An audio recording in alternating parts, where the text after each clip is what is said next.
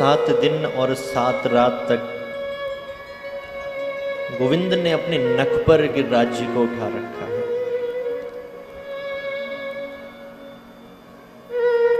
ये 7 का क्या चक्कर है? 7 दिन थे तो पूतना आई, 7 दिन की भागवत जी, 7 वर्ष के गोविंद, 7 दिन और 7 रात उठा रखा है। इस 7 का क्या मतलब? हफ्ते में दिन भी 7 हैं। जिस स्थान पर आप बैठे हो यहां भी 7 की बहुत बड़ी माया है। ब्रज 84 कोस में 4 गाम निज धाम, वृंदावन और मधुपुरी बरसाना नंदगाम। ठीक 7 कोस पर गिरिराज जी यहां से है। मथुरा से भी 7 कोस 20-21 किलोमीटर। नंदगांव के एक छोर से गिरिराज जी का एक कोना 7 कोस और बरसाना के एक छोर से दूसरा छोर 7 कोस। हमारे शरीर के बाहर मुख्य तौर पर गिने जाएं तो मेन 7 जॉइंट हैं और 7 में से एक भी अगर डिस्टर्ब हो जाए तो पूरा जीवन नरक बन जाता है। और उससे भी ज्यादा जो खतरनाक चीज है वो वही 7 गांठ हमारे शरीर के अंदर भी है। बाहर की गांठ में तकलीफ हो गई तो कुछ ना कुछ ट्रीटमेंट करा लोगे, घुटने चेंज करा लोगे, लेकिन अंदर की गांठें अगर लगी हुई हैं तो वो तो आपको दिख भी नहीं रही, उन्हें कैसे खोलोगे?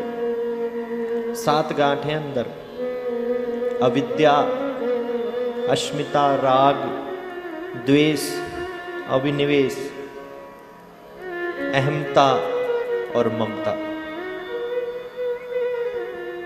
इन 7 गांठों ने ही हमें इस भवसागर में फंसा कर रखा।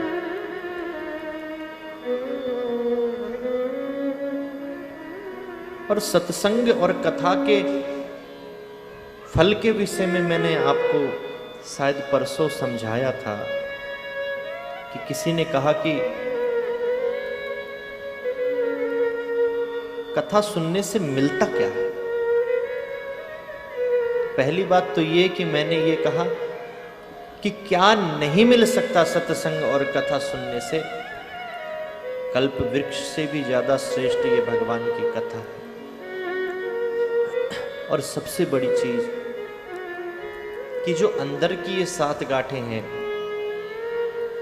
अगर निरंतर, लोग तो कहते हैं 7 दिन एकाग्र भाव से अगर हम कथा श्रवण कर लें तो हमारे अंदर की ये 7 गांठें खुल जाती हैं। और 7 दिवस तो बहुत कम अवकाश है आज की दिनचर्या को देखते हुए। मेरा तो ये मानना है कि निरंतर कथा रूपी अमृत का रसास्वादन, सत्संग रूपी अमृत का रसास्वादन करते रहो। 7 में से अगर एक भी खुल गई तो समझ लो आपका कल्याण हो जाए। अगर राग, द्वेष, ईर्षा, किसी भी चीज को आपने जीत लिया इस सत्संग के माध्यम से, तो समय समय पर और चीजें, मैंने कल कहा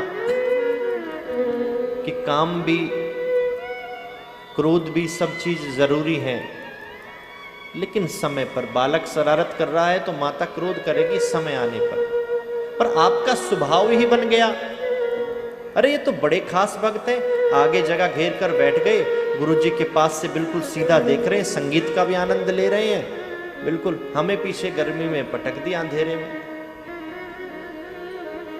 यह है ईर्षा का स्वभाव। और अगर दृष्टिकोण को बदल दिया कि कितना आनंद है, पीछे 3 घंटे में 27 बार आसन बदल लो, ना भक्तों को पता चलेगा, ना महाराज जी को पता चलेगा। जलपान की कोई इच्छा हो, कोई और काम हो, धीरे से पीछे से निकल जाओ, 2-4 मिनट में घूम कर आ जाओ। तो बड़ी कृपा करी सब भक्तों ने कि मुझे पीछे बैठने का अवसर मिला। तो ये सारी चीजें, बुद्धि तो सबके पास है। जो किसी का अहित कर रहा है, किसी की बुराई कर रहा है, बुद्धि है तभी तो अहित करने की क्रिया कर रहा है। आप आश्रम में सोए रात को, आपका पड़ोसी भी आपके साथ आया हो, बड़ी गहरी नींद में आप लेट जाएं और जैसे ही आपको नींद आए पड़ोसी देख ले, आहा कितने आराम से सो रहे हैं, तुरंत कूलर का स्विच ऑफ कर दे। आप सोना तो बताऊंगा। तो बुद्धि है तभी तो उसने बुद्धि का दुरुपयोग किया। तो महत्व ये नहीं रखता कि हमारे पास बुद्धि है कि नहीं है और कितनी है। एक चींटी में भी है, हाथी में भी, कुत्ते में, बिल्ली में, सब में। महत्व इस बात का है कि हमारे अंदर विवेक कितना है। विजेंद्र जी आज कह रहे, इतने बड़े आयोजन की तैयारी हो रही है, कहीं कुछ कम पड़ जा रहा है, कहीं बढ़ जा रहा है, कहीं कुछ, ऐसे लग रहा है शादी ब्याह से भी बड़ा काम है। पर आप ना तो चिल्लाते हो, ना भागते हो, ना कुछ करते हो। तो मैंने कहा चिल्लाने और भागने से वो काम तो होगा नहीं। काम तो युक्ति से ही होगा। जो सामान मंगाना है वो मंगाने से ही होगा। कोई लाना भूल गया लिस्ट में से,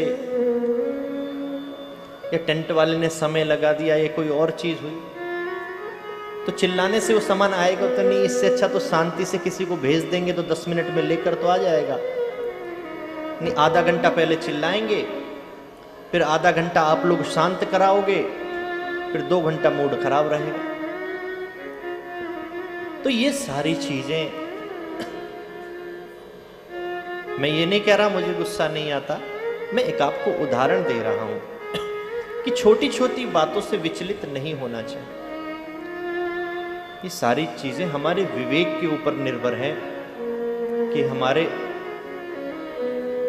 अंदर विवेक की जागृति हुई है या नहीं। और बिनु सत्संग विवेक न होई, और राम कृपा बिनु सुलभ न सोई। सत्संग में गए बिना विवेक की जागृति नहीं हो सकती, और ईश्वर की कृपा के बिना सत्संग हमको मिल नहीं सकता। तो निरंतर सत्संग का पान करें। एक गांठ भी खुल गई तो जीवन धन्य हो जाएगा।